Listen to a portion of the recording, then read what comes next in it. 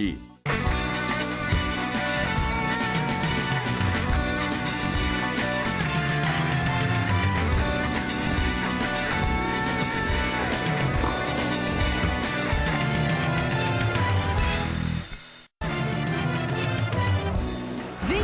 De julho de 2013. Em jogo sem grandes emoções, Corinthians e São Paulo empatam no Pacaembu e o tricolor completa a pior sequência da sua história com 12 jogos sem vitória. Timão lamenta a falta de pontaria e com apenas 5 gols em 9 jogos tem o pior ataque do Brasileirão. Com um jogador a mais durante boa parte do segundo tempo, o Palmeiras empata com o Guaratinguetá e perde a liderança da Série B. Santos perde da Ponte Preta e dá adeus a uma invencibilidade de 6 jogos. Fluminense completa a 5ª partida sem vitória e o técnico Abel Braga é demitido. O Cruzeiro goleia o Atlético Mineiro e carimba a faixa do campeão da Libertadores. Na Fórmula 1, o inglês Lewis Hamilton fatura o Grande Prêmio da Hungria. Felipe Massa chega em 8º. Vem que venho, porque o Gazeta Esportiva já está no ar.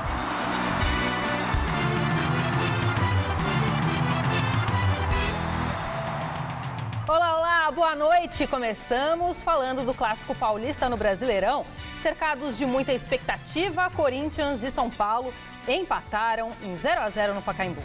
O resultado deixou o tricolor na zona do rebaixamento. E já o Timão lamenta mais uma vez a falta de gols e termina a rodada com o pior ataque da competição, com apenas 6 gols em 9 jogos. Veja os melhores momentos com a narração de Fernando Solera.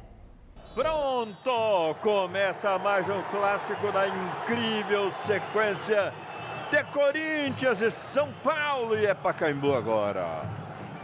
E lá vem a bola do Corinthians, lá vem a bola de Romarinho, atenção, a bola parada agora é com o Romarinho, tirou o Rodrigo Caio, deu sobra, Guilherme, grande Rogério, grande Rogério, saiu ou não saiu? Parece que tinha saído na cabeçada depois, era o Gil, Douglas empurrou.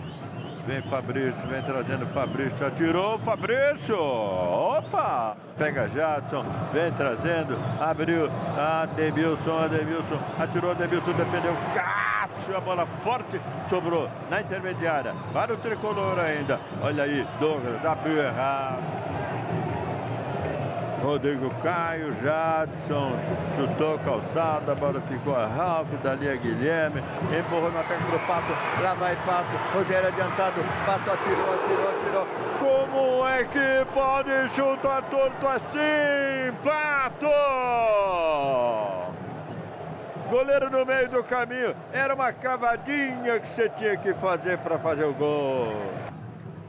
O Marinho livrou, beleza, passou para Edenilson, hora do cruzamento, Pato está lá na área, cabeceou, Pato, pega, Rogério, vai Pato, saiu, Pato ficou para Douglas, bateu, Rogério, fácil, essa foi mole, essa foi fácil. Também o corner de Douglas para a equipe do Corinthians, cabeçada defensiva, ficou para Renato Augusto, cata Rogério! Um tiro muito perigoso que ele defendeu. Chega na bola, vem a tempo ainda o Wellington, tomou pelo São Paulo. Acabou, pronto, acabou. Pelo menos Paulo Autuori consegue não perder para o Corinthians, com o time misto e tudo, 0-0. O São Paulo se propôs a uma forma diferente de atuar da que teve no outro jogo, nos outros jogos contra nós. Acelerou mais o time, deixou o time mais veloz, tirou o centroavante, não jogou com centroavante, deixou 2 jogadores de lado, de velocidade, e nos dava essa saída de bola com os 2 zagueiros, tirava os 2 volantes, né? Jadson e Fabrício, 2 atrás para proteger os 2 zagueiros e 2 abertos para proteger os 2 laterais, para tomar essa bola e puxar velocidade. Nesses jogos, quando tem essa característica, as possibilidades das duas equipes de gol ela diminuem. Nós tivemos talvez 6 se colocar, nos diminuíram e o adversário teve muito pouco. O empate acabou não sendo um bom resultado para nenhuma das equipes aqui no Pacaembu. E com praticamente 1/3 do campeonato já disputado, o Corinthians tem apenas 11 pontos conquistados. Muito pouco para quem quer brigar por um título ou ainda uma vaga na Libertadores da América. O campeonato é muito longo, só que a cada rodada que se passa ele se torna mais curto, né? Mas certamente já está na hora de rever aí algumas coisas e buscar pontuar, né? O momento nosso é de aproximação, eu colocava G8, que tu vai por etapas buscando. 10 rodadas finais vai ver quem é que a equipe que vai estar forte, que vai estar estruturada para disputar o título, os 5, 6 primeiros. Agora ele é muito cedo para qualquer equipe, inclusive a nossa. O que a gente tem a consciência do desempenho, o que a gente tem a consciência que tem que melhorar em alguns aspectos, o que tem a consciência que nos últimos 4 jogos, nos últimos 3 tinha feito 5 gols, hoje acabou não fazendo, né? Essa melhoria, da necessidade de melhoria na tabela, nós temos consciência e não foge disso. Isso tudo tem que ser buscado.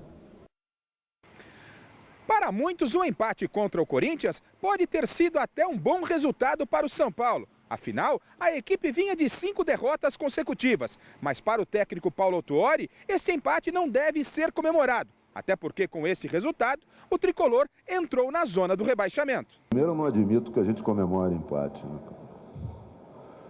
Assim como não gosto quando um jogador tira uma bola de carrinho e sai comemorando.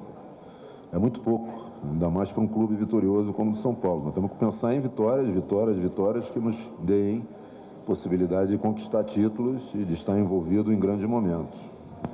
Não era isso que estava acontecendo, então não tem porquê, cara. O senhor já falou com os companheiros, mas mais uma vez, por gentileza, esclarecer a situação do zagueiro Lúcio, né? Foi afastado pelo treinador do jogo de hoje, não viaja e tudo indica que ele não vista mais a camisa do São Paulo e deva ser negociado. Veja, nós não temos essa decisão, é algo que nós vamos conversar.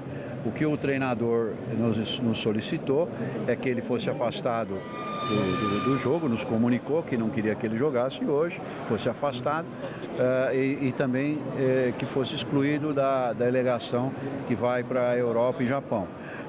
Prontamente acolhemos a solicitação do treinador na medida em que somos muito ciosos dessas questões de ordem disciplinar, né? A tradição do clube, a gente procura mantê-la e respeitá-la. Não houve ato de disciplina, não houve ato de disciplina nenhum. O jogador é um grande profissional, conheço desde algum tempo, atrás não houve nada. Apenas agora há uma liderança e as necessidades estarão acima das vontades pessoais. A saída do Adalberto Batista traz algum reflexo para dentro de campo ou não? Não traz. Se fosse assim o futebol, uma pessoa sai, as coisas melhoram. Isso não é verdade. E a saída dele se deve à decisão do presidente e nada mais além disso. Não tem ambiente ruim com o Adalberto, não tem absolutamente nada. Eu acho que a montagem desse time ela foi feita pelo Adalberto. Tudo que foi planejado até agora foi feito por ele. Mas ele não é uma má pessoa, não é um cara do mal, não é assim. É uma pessoa extremamente bem sucedida na vida, que tentou fazer, acredito eu, o seu melhor. E a gente hoje, infelizmente, não coincidiu com uma situação boa para a gente estar vivendo hoje. Grande noite para você que acompanha o Gazeta Esportiva. O São Paulo conseguiu não perder. Vinha de uma sequência de 8 derrotas consecutivas. De repente empatou com o Corinthians, que tem um time superior e fora de casa.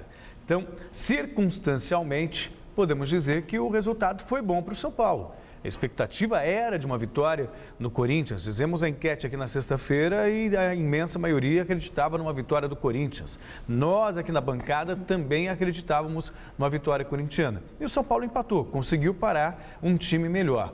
Por outro lado, a crise continua. São 12 jogos sem vitórias. A maior sequência sem vitórias da história do São Paulo. Nunca, jamais na história do clube, o São Paulo ficou tanto tempo sem vencer. portanto, algo precisa ser feito. Serve de alento o fato de o time ter apresentado um melhor futebol. O Fabrício, em especial, para mim foi o melhor do jogo, não só do São Paulo, mas o melhor do jogo. Tem lugar nesse time do São Paulo, ontem teve um dia muito feliz. E o Corinthians, por outro lado, padece da falta de pontaria. O time até cria oportunidades, o Pato não vive a melhor fase da carreira, está difícil dele ganhar confiança e converter em gols as chances que recebe. O Corinthians tem, inclusive, o pior ataque do campeonato, é uma grande surpresa, porque chances o time até cria, mas na hora de finalizar, realmente a pontaria não está calibrada, Flávio, é algo que o Tite vai ter que trabalhar com muito carinho. Boa noite. Boa noite, Celso. Boa noite, Anitta, amigos do Gazeta Esportiva. O resultado foi decepcionante para o torcedor do Corinthians e o Corinthians está jogando muito menos do que pode. O Corinthians tem um potencial muito grande, não está conseguindo jogar, está mal. Para o São Paulo foi muito bom. Você vai dizer, pô, mas entrou na zona de rebaixamento, foi muito bom. Foi muito bom. Pela perspectiva que se tinha, pelo potencial do Corinthians, pelo momento horroroso que o São Paulo vive. O São Paulo, apesar de ter entrado na zona de rebaixamento, teve um resultado muito melhor. Eu tenho certeza que o torcedor do São Paulo ficou bravo pelo local onde o São Paulo está, mas ficou muito mais contente do que o corintiano. O corintiano saiu bastante frustrado do jogo. O Corinthians precisa jogar, tem competência para jogar bem mais do que pode.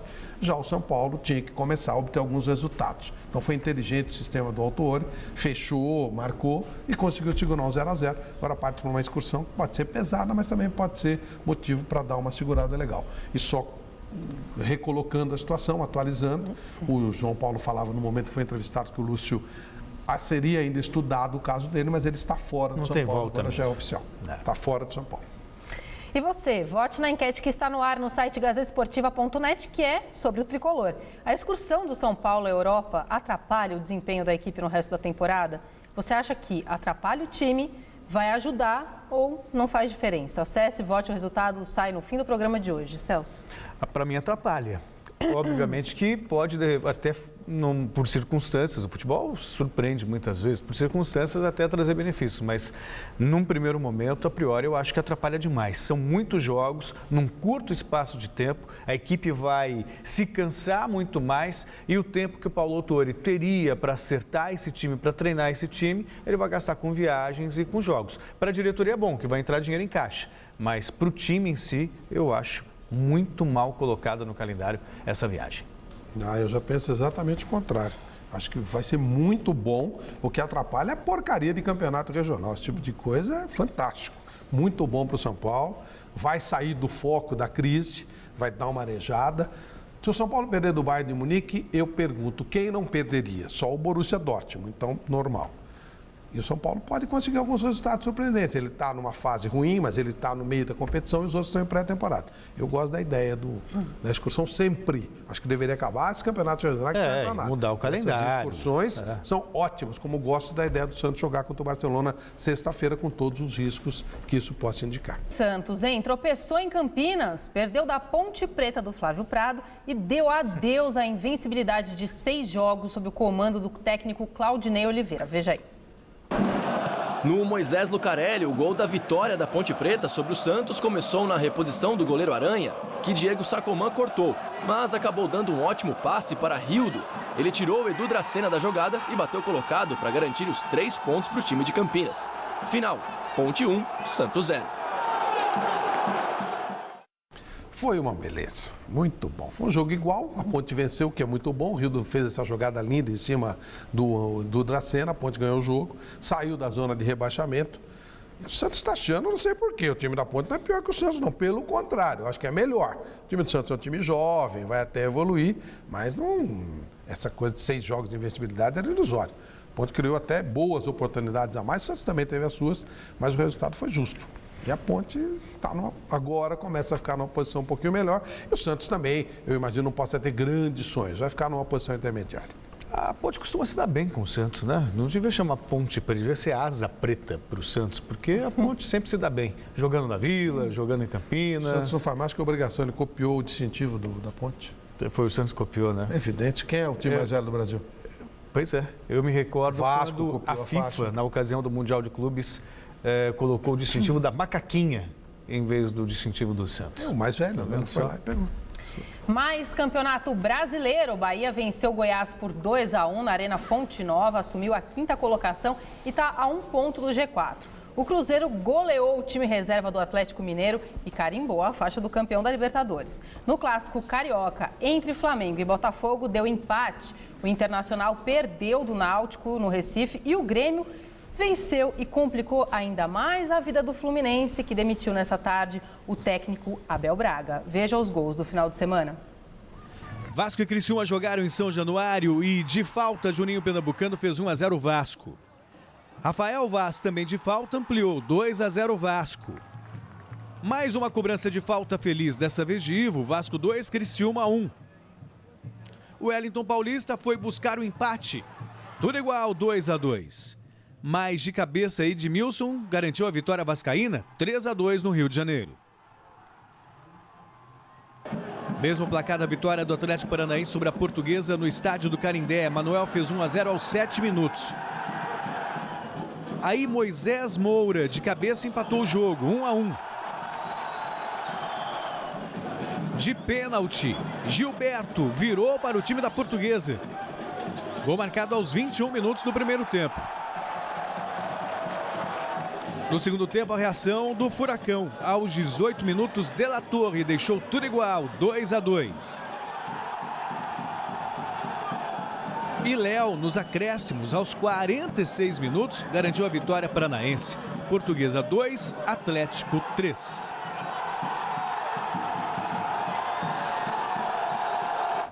Na Arena Grêmio, o tricolor gaúcho recebeu o Fluminense e fez 1-0 com o Riveiros de cabeça. Kleber, aos 39 minutos do segundo tempo, definiu o placar. Grêmio 2, Fluminense 0.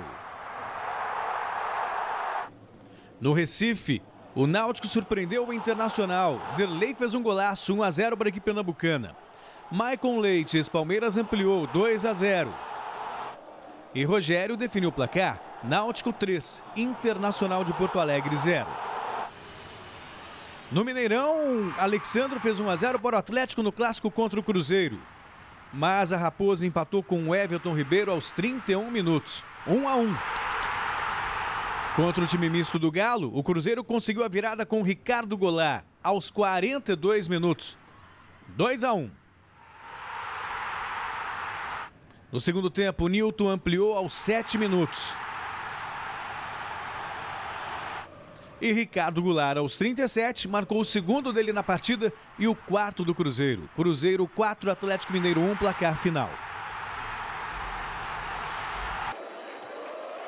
Curitiba e Vitória. O artilheiro do Campeonato Brasileiro, Max Biancucci, primo do Messi, abriu o placar 1-0.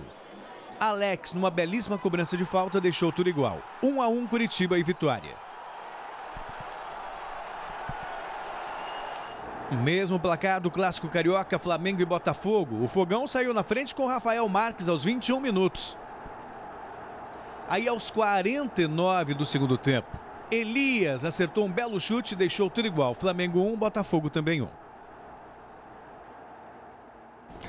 Bom, triste foi a demissão do Abel Braga. O futebol tem situações complicadas. Veja só, ele foi campeão estadual 2 vezes, foi campeão brasileiro, estava sem receber salário, estava com um FGTS atrasado, recebeu o direito de imagem só, aí 5 derrotas seguidas e o clube não tem paciência. Porque o time não estava pagando, o empresário paga os jogadores dele e o clube não paga os jogadores dele. E aí recai sobre o técnico, quer dizer, eu acho uma falta de... É mais fácil.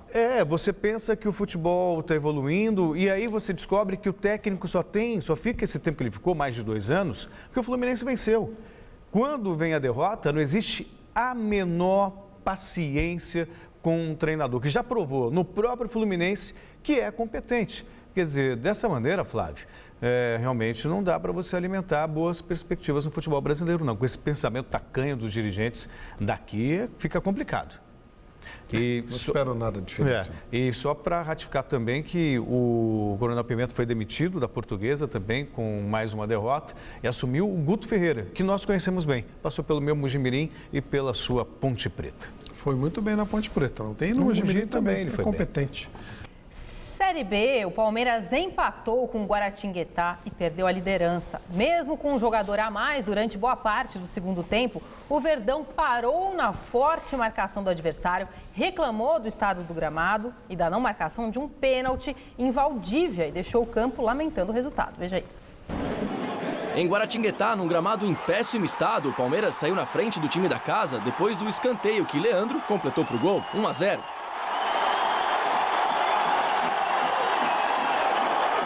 Mas no segundo tempo, Douglas Tanque recebeu na área, dominou e bateu forte para deixar tudo igual.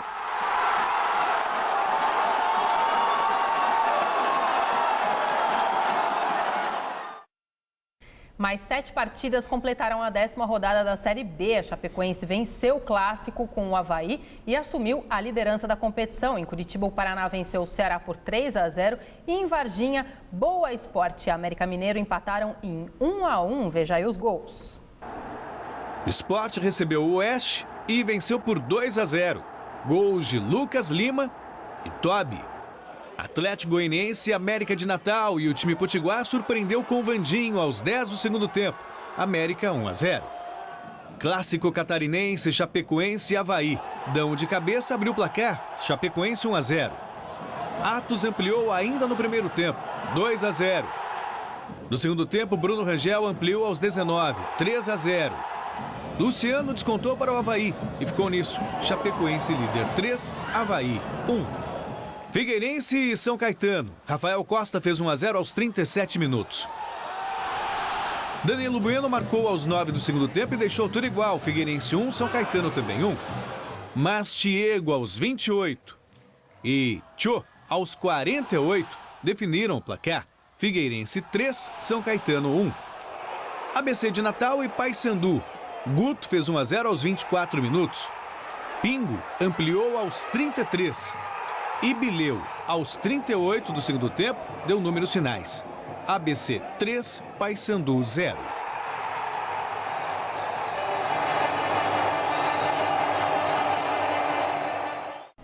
Faço muito isso quando faço gols. Sei. É que eu não faço gols, né? Mas a pirueta... E hoje foi o dia das novidades no Barcelona. O técnico Gerardo Martino e o atacante Neymar fizeram essa manhã o primeiro trabalho com o restante do elenco azul-grená. Confira. Pode-se dizer que a temporada 2013-2014 começou mesmo hoje para o Barcelona. Apesar de parte do elenco azul-grená estar trabalhando desde o início do mês, esta manhã se somaram ao grupo 2 peças fundamentais: o técnico Gerardo Martino e o atacante Neymar.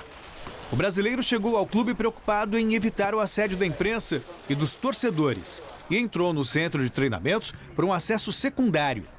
Neymar não deu entrevista, mas através das redes sociais demonstrou toda a satisfação de realizar o primeiro treinamento com os novos companheiros. Abre aspas. Meu sonho virou realidade. Fecha aspas. A grande aposta do time catalão foi relacionada para a excursão que parte do time fará à Polônia, onde joga nesta terça-feira contra o Legia Gdansk, em partida que pode ser a estreia de Neymar com a camisa 11 do Barcelona. O Neymar tá chegando, vai na moita, você tá chegando um emprego novo, você tem que ir com calma. Esse grupo do Barcelona é muito sério, eles são muito circunspectos, o jeito dos caras, né? Não tem nada de máscara, então são pessoas sérias. Eles são mais, né, fechados e tal. E o Neymar vai ter que se adaptar a essa situação. No Santos ele era o dono do pedaço, era uma molecada, então é uma adaptação. Mas é claro que vai dar tudo certo, tremendo de um jogador. E para sorte dele, até o Tata Martino também está chegando. Ou seja, não é só um empregado novo que está chegando, claro. O patrão também. Então é legal, é importante. Muita sorte para o Neymar. Uma nova situação que se inicia para todos, né? Não novo tipo de treinamento, novo tudo. Neymar, tal, claro. Flávio, eu vi alguém me contou algo que eu, sinceramente, fiquei meio relutante, digamos assim. Daniel Alves no São Paulo. Será? O tempo dirá. Vamos aguardar. Quer falar, Flávio? Não. Não? Tá bom. Notícia triste para o mundo do futebol. Faleceu hoje o jogador Christian Benítez, da seleção do Equador. O atacante tinha 27 anos e morreu depois de ser internado, se queixando de fortes dores na região abdominal e ter uma parada cardíaca. As causas do falecimento ainda estão sendo investigadas depois de atuar Por muito tempo no futebol mexicano, ele tinha se transferido há 3 semanas para o El Jaish do Catar. Benítez era titular da seleção do Equador e esteve na Copa de 2006 com o esquadrão do país natal. Ele era filho de Hermen Benítez, maior artilheiro da história do campeonato equatoriano, com 191 gols marcados. Isso aí é complicado, hein? Normalmente não há um cuidado com condicionamento. A morte do Serginho aqui no Brasil, ela foi... É uma tristeza, né? Alguém tem que morrer para que essas coisas aconteçam. Mas hoje há um cuidado especial, um trabalho maravilhoso em vários locais aqui em São Paulo, mas especialmente no HCOR, com o Dr. Nabil. Eles fazem um trabalho bem bacana. Claro que pode acontecer, mas é muito difícil. Alguém vai dizer, pô, dor de estômago, infarto, é isso mesmo, viu, cara? Estou falando com conhecimento de causa. Quando eu infartei, eu saí para tomar um remédio para azia. E era infarto. Então é isso mesmo, é um sintoma claro de infarto. E tem outra coisa também, Flávio, as pessoas associam prática de atividade física com saúde. Tem nada. E de alto nível, não. Então, se você fizer de maneira correta, tudo bem. Agora, o esporte de alto nível, ele exige muito, muito mais do que o corpo pode oferecer. Quer dizer, é muito além do limite humano. Então, não é tão saudável como você sair para correr na praça, correr no parque. Exige em demasia do corpo. Se não tiver um acompanhamento muito sério, o risco de você ter um piripaque é muito maior até do que alguém que pratica atividade moderada. Esporte de alto nível é uma tristeza. Mas, enfim, são coisas que acontecem. Tomara que algum dia a gente não tenha que dar mais esse tipo de notícia. Mundial de Esportes Aquáticos. Começaram as finais da natação e já teve medalha de ouro para o Brasil. Na final dos 50 metros borboleta, César Cielo foi o mais rápido, com o tempo de 23 segundos e 1 centésimo e conquistou o bicampeonato mundial da prova. O também brasileiro Nicolas Santos ficou na 4ª posição. Nos 100 metros peito, surpresa boa para o Brasil. Felipe Lima ficou com o bronze com o tempo de 59 segundos e 65 centésimos, melhor marca dele na carreira. Amanhã tem mais brasileiros nas piscinas de Barcelona. Para você saber mais sobre o Mundial de Esportes Aquáticos, acesse lá o gazetesportiva.net, tá bom? Agora nosso Twitter, você que acompanha o Gazeta Esportiva, fale com a gente, mande a sua mensagem lá no @gazesportiva, pelo meu também, @AnitaPasques, pelo do Celso Cardoso. @Celso Cardoso. Pelo do Flávio Prado. @Flávio Prado JPGZ. Você também pode visitar o nosso canal no YouTube, youtube.com/A Gazeta Esportiva TV. E a gente também está lá no Facebook, facebook.com/G Esportiva Net. Quero mandar um beijo para o Thiago Oliveira, apresentador do Super Esporte, que hoje faz aniversário. Parabéns, Thiago, tudo de bom para você. Felicidades em nome da nossa equipe toda, certo? Cara, faz 29 Parabéns, anos. Só 29 anos com essa bola toda aí. Parabéns, Thiagão. Legal. Mais recados? Não, paro por aqui por enquanto. Paro por aqui, né? Isso. Tá bom. Rápido intervalo no Gazeta Esportiva. Daqui a pouco, nada de descanso para o Palmeiras, que volta ao campo nessa terça-feira. São Paulo e Santos viajam para jogos na Europa e sequência sem vitórias começa a incomodar o Corinthians.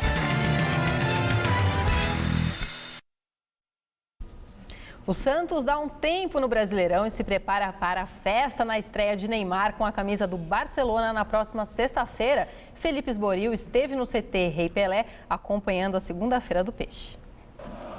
A derrota no final de semana para a Ponte Preta pelo Campeonato Brasileiro passou batido. A cabeça do Santos está longe, lá na Europa. Nesta semana tem amistoso contra o Barcelona. Isso mesmo, o novo time de Neymar. Frente ao Neymar, para a gente uma sensação, do ponto de vista esportivo, uma preocupação sempre jogar contra o Neymar, né? Mas do ponto de vista da convivência, é uma alegria poder revê-lo, os companheiros dele de plantel poder revê-lo. Este será o primeiro reencontro de Neymar com seu ex-clube, o Santos, que viaja ainda hoje para Barcelona, onde na sexta-feira enfrenta os donos da casa. O último confronto entre as duas equipes terminou 4-0 para o Barça, em 2011, na final do Mundial de Clubes. Uma partida difícil de esquecer. E para tentar algo totalmente diferente em relação ao resultado anterior contra os espanhóis, o Peixe resolveu mexer no ataque e apresentou nesta segunda-feira o atacante Thiago Ribeiro, que estará presente neste amistoso de gala. Estrear contra o Barcelona é muito bom, né? Porque realmente é um dos melhores times do mundo hoje, né? Nesses 2 anos que eu joguei na Itália, eu cresci muito taticamente, né? E eu acredito que para enfrentar uma equipe como o Barcelona, o fundamental é a parte tática, né? Jogar compacto, procurar tirar os espaços. O jogador esteve no futebol italiano por 2 anos, resolveu voltar ao Brasil para ficar mais perto da família. E já deu para notar, Thiago Ribeiro conhece muito bem onde vai trabalhar. O Santos como eu falei quando eu cheguei, né? É uma fábrica de craques, né? Entra ano e sai ano, novos e novos jogadores que aparecem. Então, sempre acompanhei desde a época de Robinho, Diego, Neymar, né? O Ganso agora, enfim. São tantos jogadores aí que o Santos revelou, né? Para o cenário, não só brasileiro, como para o cenário mundial, né? Então, para mim, fazer parte de um clube como esse é uma grande emoção, né? E uma grande honra. Sem contar que o novo atacante fez uma boa parceria no passado com Montijo, ainda quando atuava pelo Cruzeiro. Se depender da condição física, o jogador de 27 anos está pronto e em forma. Eu tenho uma vantagem, graças a Deus, que sempre que volto de férias consigo voltar numa condição boa, digamos assim. Então, procurar acelerar esse processo e para estar à disposição, né? E nesse jogo contra o Barcelona, quem sabe poder já jogar alguns minutos, né, que seria importante para ganhar ritmo de jogo. Voltamos a falar do Corinthians, 11º colocado no Brasileirão com 11 pontos, apenas 2 à frente de Fluminense e São Paulo. Na zona do rebaixamento, os jogadores se reapresentaram nesta segunda-feira e começaram a se preparar para o jogo diante do Grêmio na quarta-feira. As informações do Timão com Osmar Garrafa. Com o empate de ontem frente ao São Paulo no Pacaembu, o Corinthians completou 3 jogos sem nenhuma vitória no Campeonato Brasileiro. Dos últimos 9 pontos disputados, a equipe do técnico Tite somou apenas 2. Ou seja, o momento do Timão na competição não é o esperado pelo elenco. Não é o início que a gente esperava, até por ter saído cedo da Libertadores. A gente contava com um início melhor, até para ter gordura lá na frente. A gente sabe que é um campeonato difícil, que as derrotas surgem de vez em quando. E você tem que ter essa gordura para poder, de vez em quando, perder. Acho que o nosso desempenho dentro de casa é que está sendo insatisfatório. São muitos pontos perdidos e são exatamente esses pontos que fazem a diferença. Sem vitórias nos últimos jogos, o Corinthians não consegue se aproximar dos líderes. A diferença para o Cruzeiro, que está na ponta, hoje é de 7 pontos. Será que essa contagem preocupa? Nós, da parte defensiva, temos que ajudar um pouco mais, sair com mais qualidade dessa bola ali de trás, para que os atacantes recebam a bola mais à frente, mais próximos à área, em condições melhores, para que não se desgastem tanto na criação e na formulação das jogadas. Para encostar nos líderes, é necessário superar os próximos adversários. E qual a receita para poder voltar a vencer no Campeonato Brasileiro? Super normal, não tem nada definido, tem muito campeonato pela frente. E como eu disse, se a gente tiver uma média normal dentro de casa, daqui a pouquinho a gente busca esses líderes. Mas a gente não pode mais perder pontos dentro de casa, exatamente porque a nossa força, a nossa torcida é onde a gente sempre impôs o nosso jogo e o nosso ritmo. Para voltar a vencer, o Corinthians terá 2 oportunidades nessa semana. Quarta-feira, enfrenta o Grêmio no estádio do Pacaembu. E no final de semana, vai a Santa Catarina enfrentar o Criciúma. Para o compromisso desta quarta-feira, o técnico Tite não poderá contar com Fábio Santos, que está suspenso pelo 3º cartão amarelo. E por enquanto, a principal novidade na equipe corintiana deve mesmo ser a entrada do garoto Igor pela lateral esquerda. Do CT Dr. Joaquim Grava, Osmar Garrafa, para o Gazeta Esportiva. O Corinthians tem que mostrar mais futebol. O time é bom, claro, né? Ótimas peças, grande treinador, a estrutura está muito boa, mas tem que jogar bola, não está jogando. talvez porque o time tenha ficado muito conhecido e o time a ser batido é sempre aquela coisa mais complicada, mas aí cabe aos jogadores a criatividade, o Tite dá uma mexidinha aqui ou acolá. A verdade é que é muito pouco. O Corinthians é o grande favorito ao título, mas está jogando muito pouquinho, muito abaixo do que pode. São números decepcionantes, né? Bem decepcionantes. Havia uma perspectiva de o Corinthians disparar no começo do campeonato, pré-Copa das Confederações, o que não aconteceu. E na volta, depois da Copa das Confederações, o time também não embalou. E o que chama a atenção, Flávio, sabe, o Corinthians tem Pato, tem Renato Augusto, tem Guerreiro, tem Danilo, enfim, tem um bom jogador, Emerson, jogador de alto nível, fez só 6 gols em 9 jogos. É realmente um número pífio pelo poderio corintiano. Realmente uma decepção até aqui. E para o Palmeiras, nada de descanso. Depois do empate no sábado, o Verdão não teve folga e treinou ontem e hoje, já que na terça entra em campo pela Série B contra o Icasa. Vinícius Sacomani acompanhou os trabalhos na academia de futebol nesta segunda-feira. Antes do treinamento desta segunda-feira, uma cena meio inusitada na academia de futebol. Jogadores do Palmeiras recepcionando os do Criciúma, que jogam contra a Portuguesa quarta-feira no Canindé. Teve até um papo quase reservado entre Valdívia e Daniel Carvalho, antigos parceiros de Palmeiras. Antes do encontro, o meio-campo Wesley concedeu uma rápida entrevista coletiva e a reclamação sobre o gramado do estádio em Guaratinguetá ainda rendeu assunto. A gente tem que estar preparado para tudo, mas se tiver campo pior que esse daí, tem que avisar antes para a gente se preparar mesmo, porque... Como eu falei, nada contra, até o pessoal do Guaratinguetá falava pra gente dentro de campo, não dá pra trabalhar a bola, não dá. Os caras mesmo falaram. Então, a gente sabe que a dificuldade a gente vai encontrar, mas a gente tem que superar tudo. Dentro do gramado, o técnico Gilson Kleina conversou com os atletas cerca de 10 minutos antes do início das atividades. Valdívia não treinou com o grupo. Ele ficou na academia fazendo fortalecimento muscular. O mesmo não se aplica ao atacante Allan Kardec. Ele participou normalmente do treino e deve ir para o jogo. E a segunda-feira, a palmeirense terminou assim, com aquele descontraído rachão de véspera dos jogos e sabendo que a Série A está mais perto do que todos por aqui imaginam. Ora, não, desculpe, Celso. Aqui tem coisas que a gente vê como choro. Claro. No caso do Palmeiras, o que se ofereceu em Guaratinguetá para o Palmeiras não existe. Só um lixo como a CBF pode aceitar uma situação dessa. Tem que dar um mínimo de condição de trabalho pro profissional. Mas a CBF é um lixo, né? Vai esperar o quê? Do que ela faz com o Campeonato Brasileiro, por exemplo. Uma coisa indecente, né? O principal produto da CBF é relegado em segundo plano. O Valdívia, como eu ia dizendo, falava, ele não treinou, fez reforço muscular e tal, mas o preparador físico garantiu que ele está à disposição para o jogo com o Icasa. A questão é que ele não tem fôlego para os 90 minutos. Então, o que vai fazer? O Kleina treinou... Né? Não, o Kleina treinou com o Mendieta, deve jogar o Mendieta e o Valdívia vai ser opção no banco de reservas.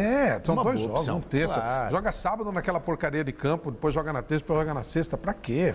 Segura, tem um produto bom, não precisa tanto Valdívia assim para o Palmeiras ganhar a Série B. Né? Ele vai para o jogo. Agora, se vai entrar em campo, aí já é uma outra história, a opção do Kleina. Sem grandes motivos para comemorações, os jogadores do São Paulo seguem para uma mini excursão para o Japão e Europa do CT da Barra Funda. O repórter Adriano Dolfi tem as últimas do Tricolor. Alguns jogadores não viajaram com a delegação e ficaram em São Paulo. O atacante Luiz Fabiano e o lateral Clemente Rodrigues, por exemplo, estão lesionados. Juan foi uma opção técnica de Paulo Autuori. E ainda o caso do zagueiro Lúcio, oficialmente afastado do elenco. O nosso grande desafio, e já começamos a dar passos para isso, a primeira coisa, melhorar bem o nosso ambiente interno, entendeu? Dentro com os jogadores e também não só. Esse é um desafio, já começamos a dar passos nesse caminho, com decisões que tiveram que ser tomadas. Ontem já se pôde ver um espírito de solidariedade dentro da equipe, que é fundamental para sair de momentos como esse. Eu acho que o fato de estar envolvido em jogos com equipes como o Bayern, de certeza, e depois o Milan ou Manchester City, né? E disputar depois no Japão um título, no fundo é um título, sempre é, pode fazer dessa viagem um alicerce para a gente ter uma retomada no Brasileiro. O São Paulo Pode dizer que eu estou maluco, mas o São Paulo sai com moral. O resultado de ontem foi ótimo para o São Paulo, pela diferença de um time para o outro. Vai enfrentar times mais fortes do que eles, a não ser o japonês, né? Aí também já é demais. Mas tem condição de se virar, tem uma camisa, tem uma respeitabilidade, sai da crise por um tempo. É ótima essa excursão. Tem mais é que sair, nem que tome burdoada, vai sentir clima diferente. É importantíssimo para a história do São Paulo e para os jogadores que estão aí, esse tipo de intercâmbio. Eu não sou contra o intercâmbio não, Flávio, mas desde que a CBF faça um calendário decente, permita aos clubes em pré-temporada viajarem com calma. A questão é, você viaja por 8 dias, faz 5 jogos no meio do Campeonato Brasileiro, o time está numa crise danada, ganhando ou perdendo, falta tempo para trabalhar, né? Você passa mais tempo viajando e jogando do que se preparando. Contra as excursões, absolutamente nada contra, desde que a CBF realmente trabalhe em prol do futebol brasileiro e abra esse espaço para que todos, não só o São Paulo, não só o Santos, possam viajar e sem esse atropelo durante o campeonato. Tem que fazer um monte de jogo agora. Vamos ver o São Paulo e o Oeste de Itápolis, São Paulo e Penapolense. Eu prefiro São Paulo e Bayern Munique, São Paulo e Benfica, né? Claro. Vamos lá, resultado final da nossa enquete. A excursão do São Paulo à Europa atrapalha o desempenho da equipe no resto da temporada? As opções eram: atrapalha o time, vai ajudar ou não faz diferença nenhuma. O resultado é atrapalha, 45,3%. O programa de hoje fica por aqui. A gente volta amanhã às 6 horas da tarde. Daqui a pouquinho tem Jornal da Gazeta. Um beijo, tchau. Uma boa noite para você, até amanhã. Abraço, tchau.